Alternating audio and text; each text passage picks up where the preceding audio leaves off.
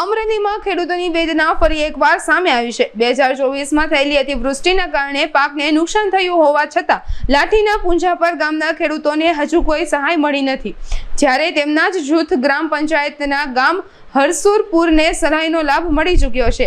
આ અન્યાય સામે પુંજાપરના ખેડૂતોએ આજે રોષ વ્યક્ત કર્યો હતો। મોટી સંખ્યામાં ખેડૂતો અમરેલી કલેક્ટર કચેરીએ પહોંચ્યા હતા અને આવેદનપત્ર પાઠવી પોતાની સમસ્યા રજૂ કરી હતી। તેમણે કલેક્ટર સામે અમરેલીના સાંસદને પણ મળીને તાત્કાલિક ધોરણે સહાયની માંગ કરી હતી। મારું નામ મહિપતભાઈ, અમે સાહેબને રજૂઆત કરવા આવ્યા છે। હરસુરપુર ગામમાં ગયા વખતનો ઓગસ્ટમાં વીમો જે મળેલ એ અમારા પુંજાપરમાં મળેલ નથી, જે અમારે જૂથ ગ્રામ પંચાયતમાં આવે છે। જેથી કરીને અમે કલેક્ટર સાહેબને રજૂઆત કરવા માટે અમારા ગામમાંથી બધા અહીંયા આવ્યા છે। મહેન્દ્રભાઈ મારું નામ છે અને હરસુરપુર અમારું હરસુરપુર છે અને હરસુરપુર પુંજાપર જૂથ ગ્રામ પંચાયત અમારી હોવાથી ગયા વર્ષે જે સહાય મળવાની હતી એ હરસુરપુરમાં મળેલ છે પણ પુંજાપરને મળેલ નથી। એટલા માટે અમે બધા ખેડૂત ભેગા થઈ અને કલેક્ટર સાહેબને